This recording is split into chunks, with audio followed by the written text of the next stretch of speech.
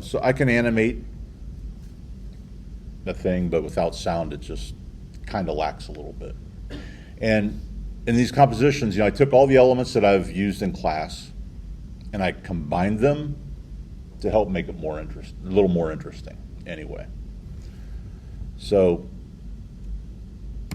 if we go and we add sound into that, make sure I got the right speakers.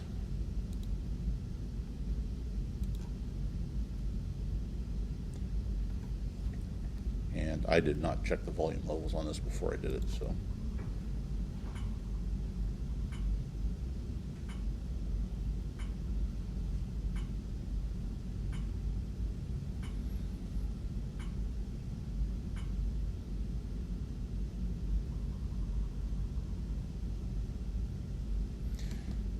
We can use sound, different sound effects and that kind of thing to give things kind of a whole new level. By adding the bubble sounds to those little nuts that come up, it gives them the feel of bubbles, that kind of thing. And I must have turned off my overall audio, but that's all right. Did I?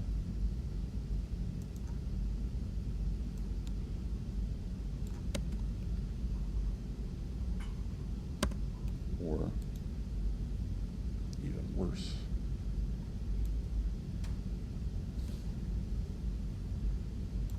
Too long. So anyway, and adding sound is really pretty easy. So there are a whole bunch of resources on Canvas. I re-updated all of those links, made them open in external windows so you can get access to them. There's a bunch of free sound effects, free music, that kind of thing. The couple that I tend to use, Freesound has a whole bunch of stuff, and it's just use the search bar, look for what you're trying to find. If I'm looking for a metal clanking,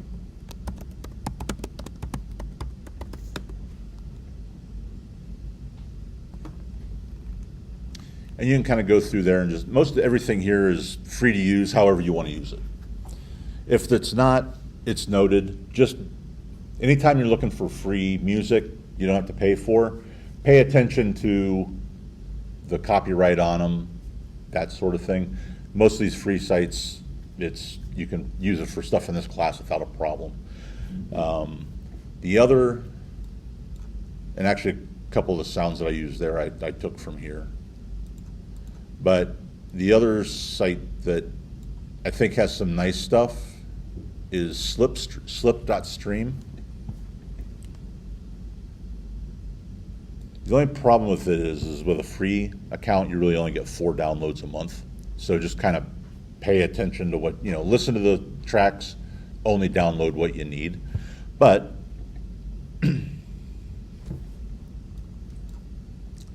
it's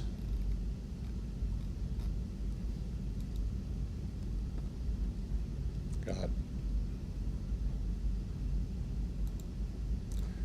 Actually, I think I have this on a different account.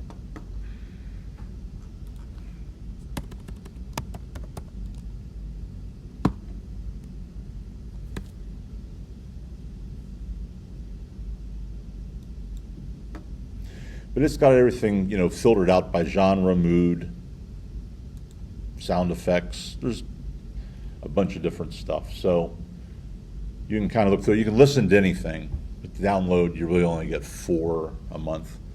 There are a few other Creative Commons areas. Look through the links on Canvas to find music and tracks. So I pulled a music track from here, and then some sounds from Free Sounds. So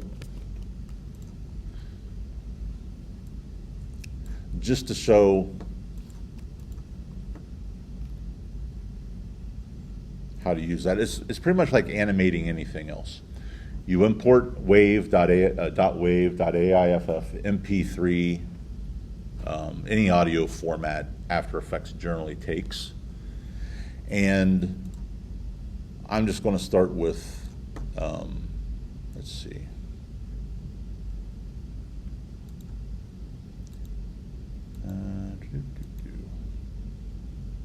this one. All right.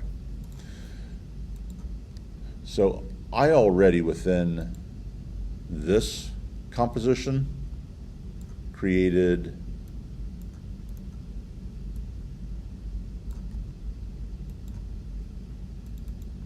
this one here.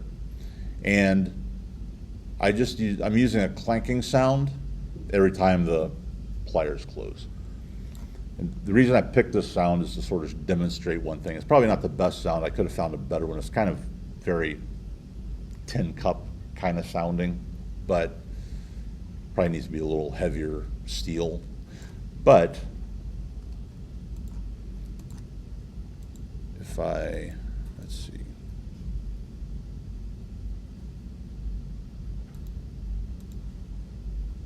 I believe it's this one. So I bring this down, you'll see the clip length. If you open up a sound clip all the way down to waveform, you can see the actual waveform, which tells you where certain things hit. As you work with sound effects more often, you'll get used to when the sound goes low, those waveforms dip, become very narrow. Louder is, wider and stronger. But with this particular one,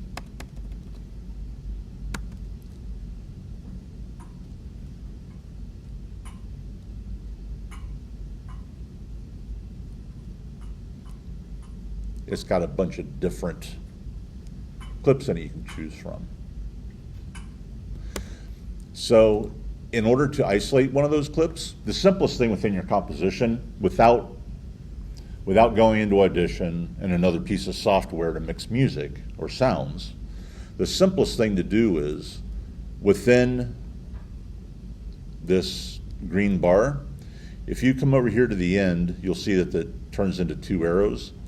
Just click on that and slide it across and isolate. You can do this from both ends. Isolate the sound that you want.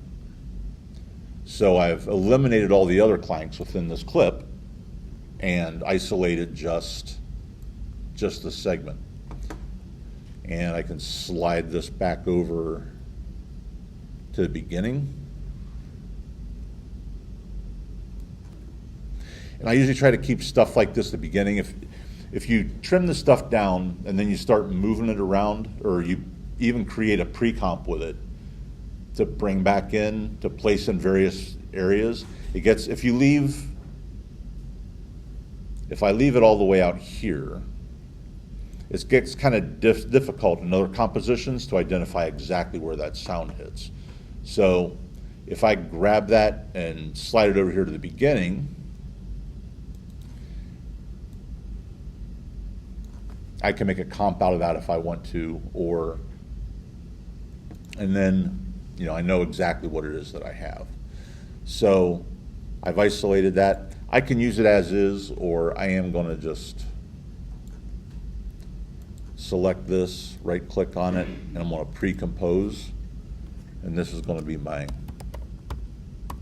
clank sound clip. And it'll just save that comp over here.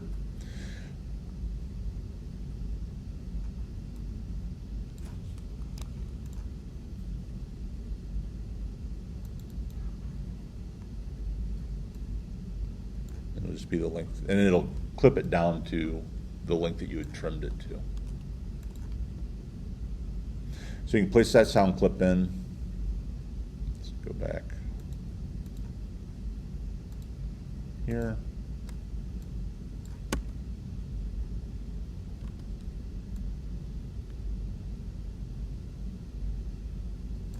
Oh, I know what it did. Let's see. Let's do that one.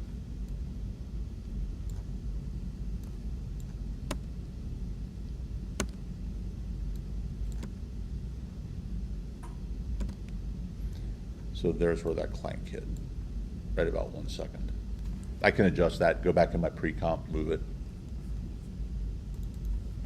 That up.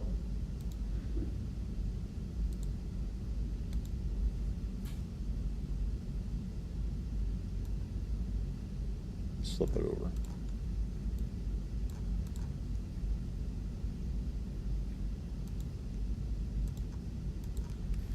And then I can just copy that and use it over and over again, however I want to.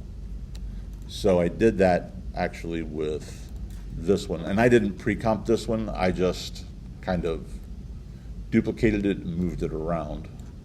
But basically whenever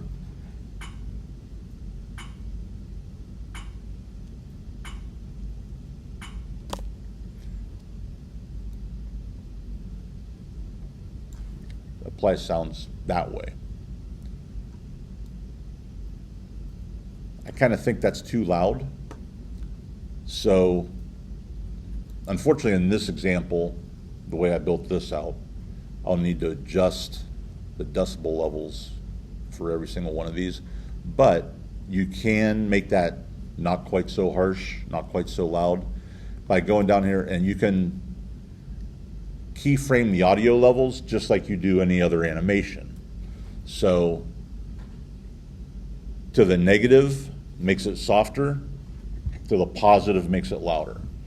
So if I want to make it a little softer, I can just slide that down. You see that that waveform kind of shrinks.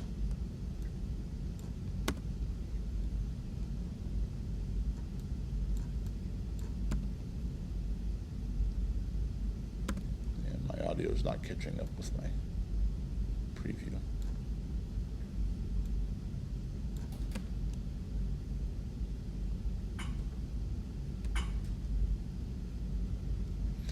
So you can adjust the sound of that. Most sound clips you'll find, find one that works well and use it. But if you find one that has multiples in there and you want to isolate a section, that's basically how you do it. It's pretty much as simple as that. Like I said, for what we're doing here, doing those right in the timeline, not mixing them in another piece of software, is the better way to go. Usually whenever I include audio and whatnot, for most of the work that I do, I don't usually mix my own sound. It goes to somebody else to sweeten the audio.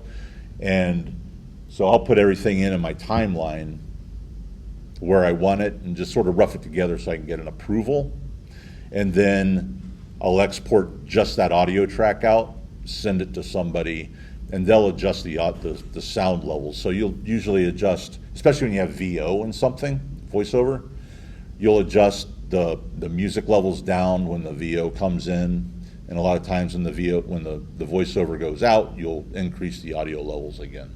You can do all that in After Effects, but it's easier to manage, and you can fine tune a little bit more in something like Audition or an audio editing app. So usually I'll send that to have somebody else do, and they'll send it back. And if I prepare it right, all I've got to do then when I get it back from them is drop it straight into my composition, and everything matches up, and I render it out, and I send my various versions of it, different uses of it, off to wherever they need to go. So music, sound effects, you name it. So if I go back over here to my, actually let's do,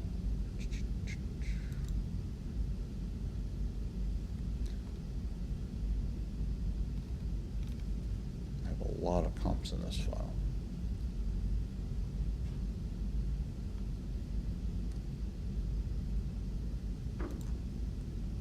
Close that. Sounds, and so these bubbles I did that same thing with.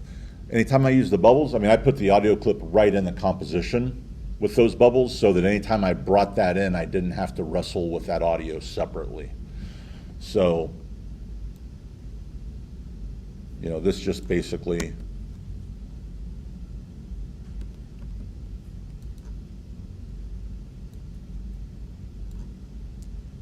my audio is not keeping up with my preview this morning. But, you know, if an audio clip goes to a specific piece of video, put it in that particular, there we go. So anytime I bring those bubbles in, I'm going to get that sound effect. And as I place them and sort of position them differently, I'll get kind of layered effects to that audio. If you get everything to where you want it, but you don't want to listen to the sound over and over again, just the same way you can turn off or hide a visual with that eyeball icon, the view icon, you can turn off the speaker icon on audio, and that'll mute it. Just don't forget to turn it back on if you need to. So take a look through some of the sound effects sites, pick something out. I mean, and usually, you know, kind of leave that till close to the end. I mean, you can find a sound effect for absolutely anything. It'll give a different feel for it. You know, a squishy ball squeak will give a different sound to a ball bouncing every time it hits than a loud clutter thunk does when that ball hits. It'll give it a sense of weight, sense of levity, that kind of thing. So consider audio as you're working your way through this, and sound effects. It'll only enhance it and only make it better.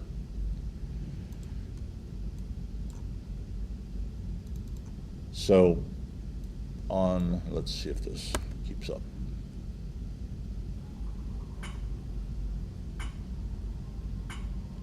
There's why my audio disappeared. I went the wrong way. What did I do?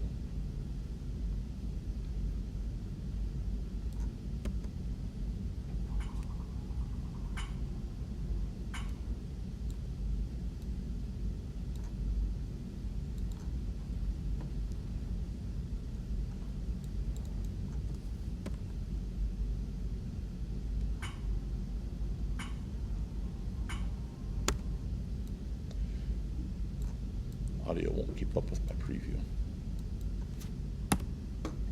Delete it.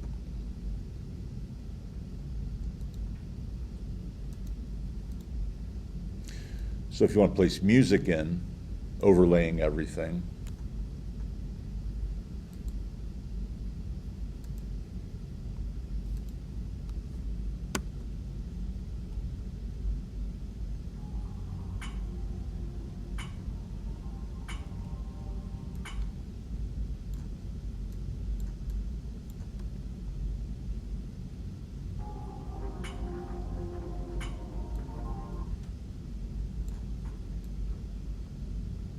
there, it was just too light. Let's try that.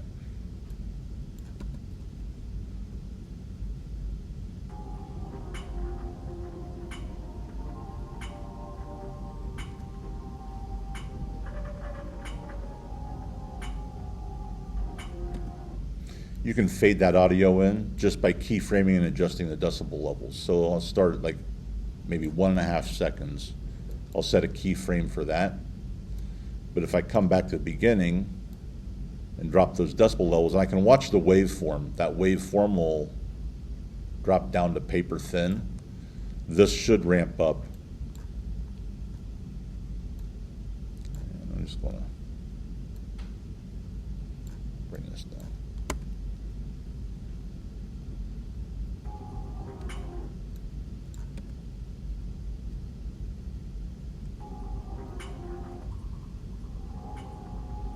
There we go.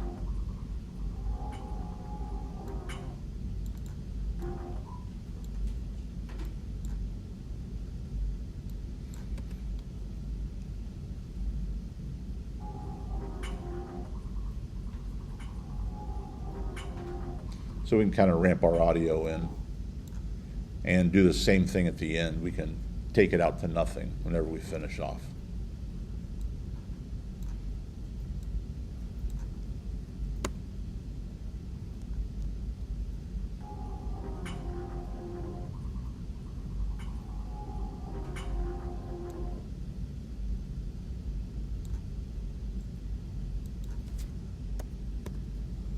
So placing audio is pretty simple. You just got to look through different audio libraries to find stuff you like. It's kind of, I mean, it can be kind of fun. So build some audio into your compositions. So any questions about any of that? When you get to that part, we can, you know, if something's not working the way you expect, let me know. But playing around and working with it is the best way to get used to it and to get comfortable with it. So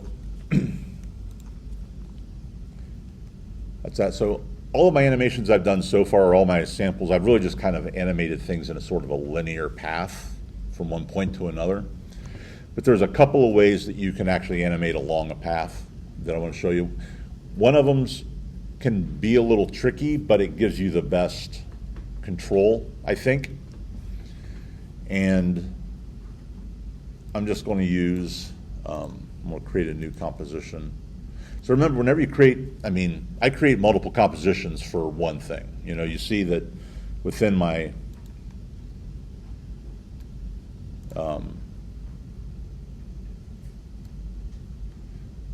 timeline here, I've got compositions for pretty much everything.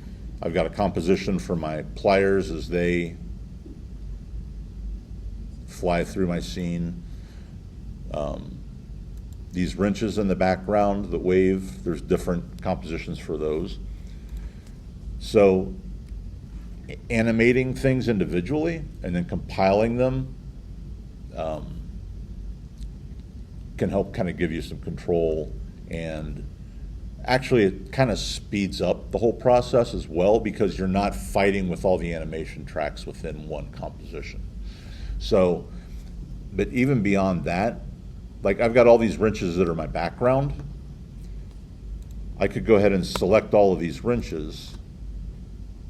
Like my pliers fly behind a few of them. So I'm just going to select the ones that are below my pliers. And if you right click on that, you can pre-compose those.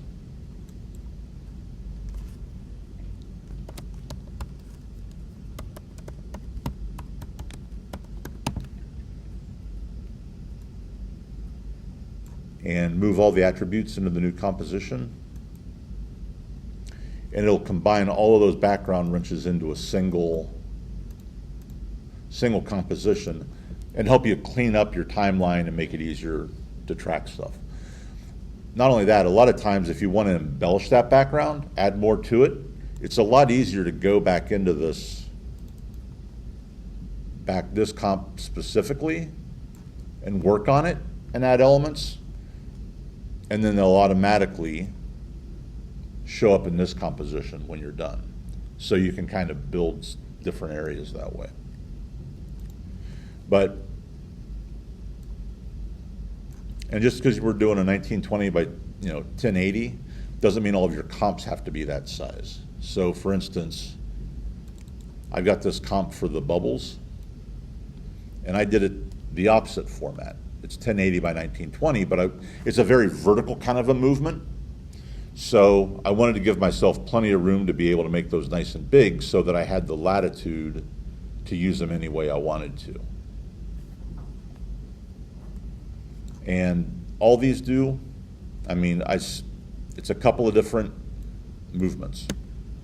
Position-wise, it scales, it travels along a path, but I just scale it from 0 up to around 20% or so. And then when I get to the end to sort of burst the bubble, it's just kind of a quick fade and grow. So there's different things that happen there. So I'm going to create a new composition real quick, and I'm going to do the 1080 by 1920.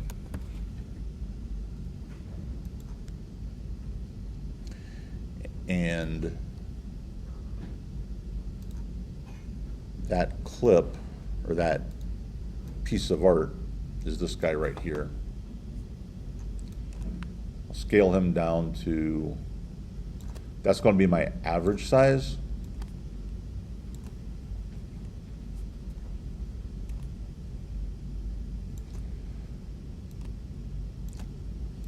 So if I want to animate him along a path, he's going to sort of weave up through instead of just follow a linear kind of a path.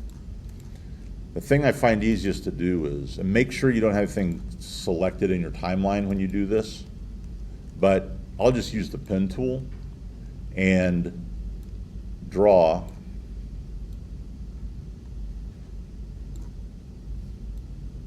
the path out that I want.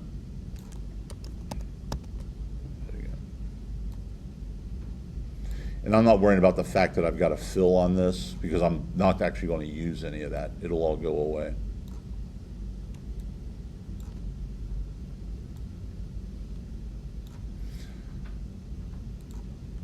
So I create a path, and you'll see in my timeline it gives me a shape layer. If I open that shape layer up, down into contents, shape, path, here's that path. I'm just going to copy that, select it, copy it, and I'm going to hide it because I don't need it. And go down here to my actor, this nut, and tap P on the keyboard for position. Select that, and I'm just going to paste that path in there. And you'll see that all of those Bezier points on my path turn into keyframes. So now, as I advance along, my nut follows that path. So if I do that, that lasts out to about 2 seconds. The nice thing about this method is that if I want to lengthen out the duration of that, I think that's too fast, all I need to do is select this last keyframe and drag that out, and you see the rest of them all adjust based on that position. And I can slow it down, and it stays nice and even. When you're done, you don't need this shape layer at all. You can just delete that. Let me trim this down.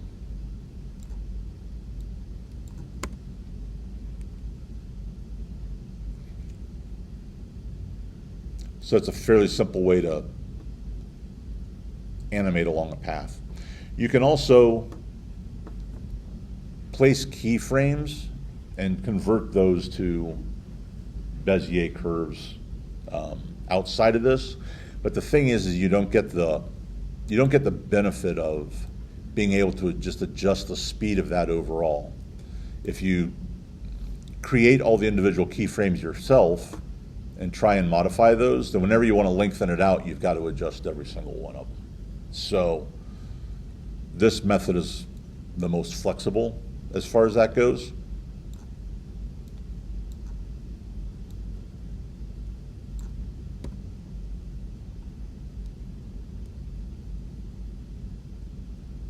And then I can continue to animate that shape along that path however I want. So I'm going to come out here, right about here I want it to be full size, so tap S on my keyboard, set a keyframe for my scale. I'm going to come back here and scale this down to 0.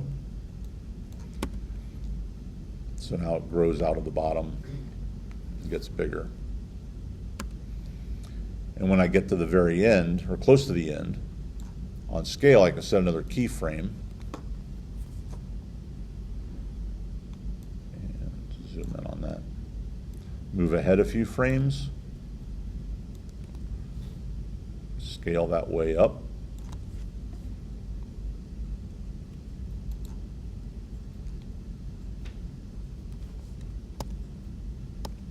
Oops.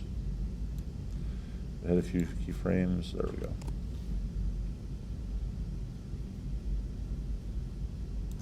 Scale that up.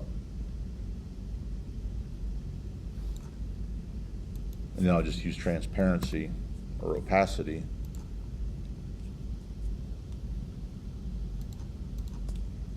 so I can see all of my keyframes.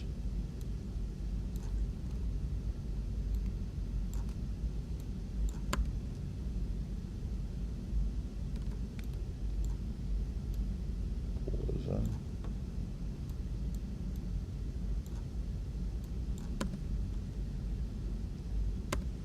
Sort of pop it and make it disappear.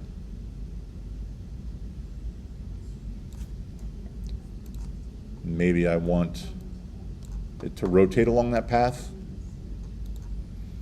Set a rotation. Rotation works in a couple of different ways. The very first value is total number of rotations, so I could tell that I want it to rotate 3 times, 360 degrees 3 times. Or right next to it, I can set just the degrees that I want it to rotate. So I'll tell it I want it to rotate 3 times from beginning to end.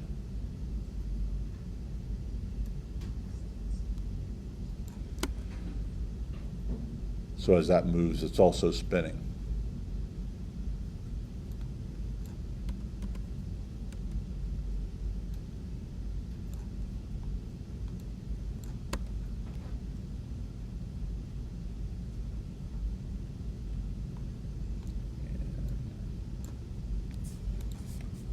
Adjust that a little bit. I want to move this and this out here.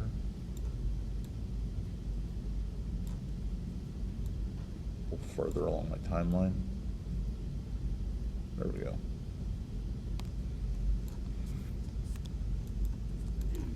And then I can come back when I'm done, grab my audio. Here are my bubbles audio.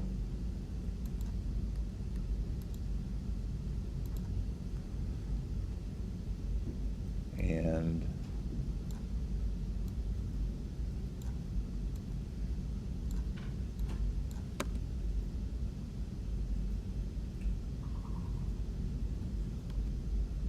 that actually doesn't really get very loud until, let's try that.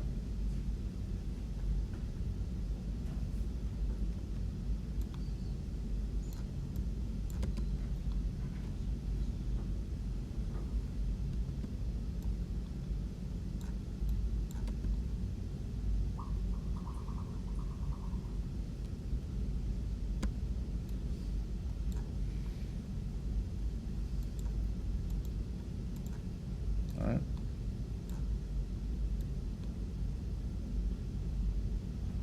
Any questions about animating along a path? You can't, one of the things with animating along that path is that if I go back in here, I'm going to go, you'll notice that there's a bunch of dots along it.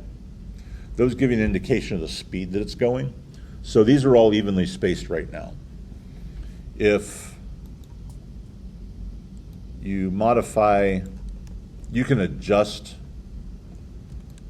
I'm trying to remember how to do it right at the moment. If you notice, if you do this and you notice that those are getting really widely spaced, it's adjusting, basically the timing of that movement's changing. So, but most of the time these will stay nice and even. You can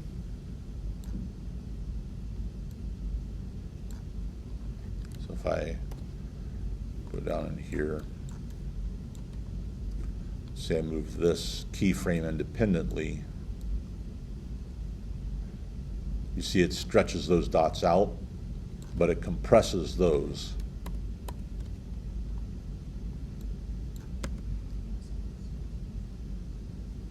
It kind of changes the speed of it. And that's just by, I mean, that's just because you've adjusted the keyframes, which is the way anything else works. But you do get that feedback on your path to let you know what's going on. Do that. Maybe I come up here and maybe this one I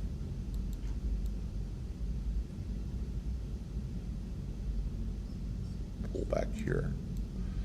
So you'll see that as it kind of jumps and speeds up. So you do have control over it. If you don't want it to be nice and even, you can speed things up that way. Or just drag them back out until all the dots appear pretty even.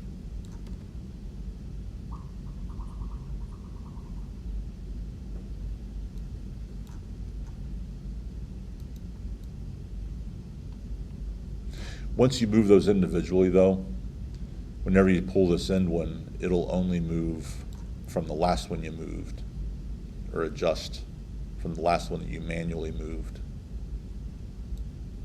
So you see it's not moving all three of those anymore.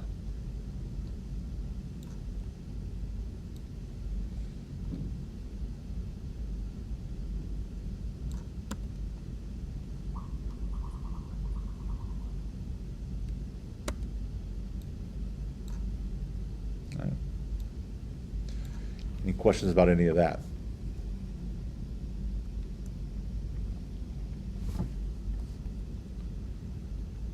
So I've kind of gone over pretty much anything. We talked about the puppet pin tool last class for like those wrenches for making those wave, anything that's not jointed. Parenting.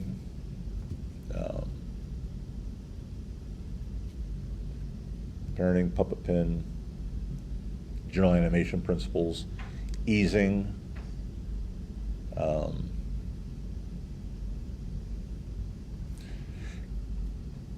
Whenever you do those, there should be some evidence of things easing in. Just don't animate them, straight from one point to another where they just sort of move and stop, If you need the videos online for easing, if you need to see it again, I can do it.